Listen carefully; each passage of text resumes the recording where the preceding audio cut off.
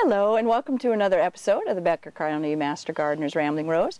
My name is McCrae Putnam and I'd like to show you kind of a fun activity that I like to do, because to me playing in the dirt is fun, but you got to add a little extracurricular activity to assist in the fun outside. Also, what I like to do is keep pest reduction down without using chemicals. And I read an interesting article about toads. I know a lot of you are going, toads, but I love my toads. They eat 50 slugs a night. You heard me, 50 slugs every night. So, to keep my hostas happy without the dang little slug holes, that slug bait never worked for me anyway. Last year I had no slug holes. I made a few toad houses, and there's a couple variety of methods. I'm going to show you one today, or a couple today actually. What I like to do, they like to dig in the dirt, toads, so they like to, all day long they'll hang out in a dirt hole. So I like to find a spot here.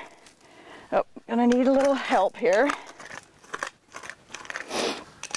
One option is to find a pot, and you don't even have to have a full pot. You can actually get one that's broken.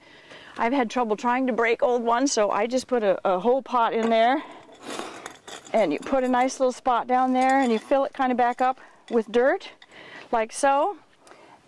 And another thing you want to do is they like water, so keep something nearby for them. Lay that kind of flat, put a few rocks in it, and then you can fill that with water periodically, and it's not a problem for mosquitoes because it dehydrates pretty quickly, evaporates, and then with the rain will fill it, or if you come by and just put a little water here and there whenever you think about it.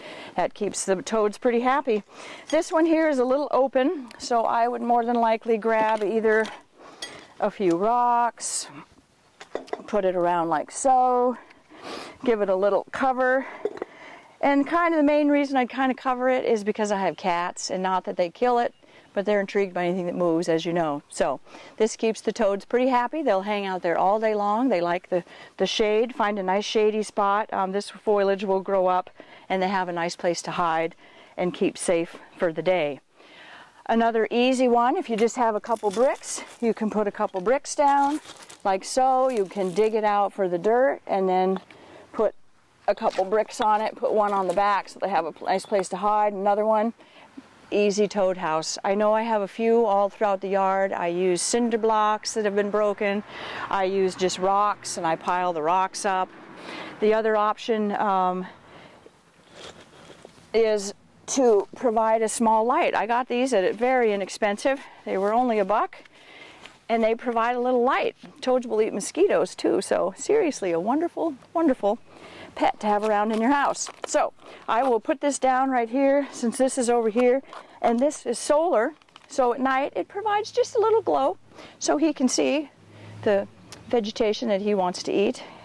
There's other options for slug bait if you like. To me, I've found the toad houses work really well, but I have heard if you wet wood and put it on the grass that they'll be attracted to it. Also melons, if you cut a melon in half and take out, slugs really love cantaloupe, so that's another option. The only thing I don't like about that is then you got to go and look at them and actually deal with them and put them in water and drown them.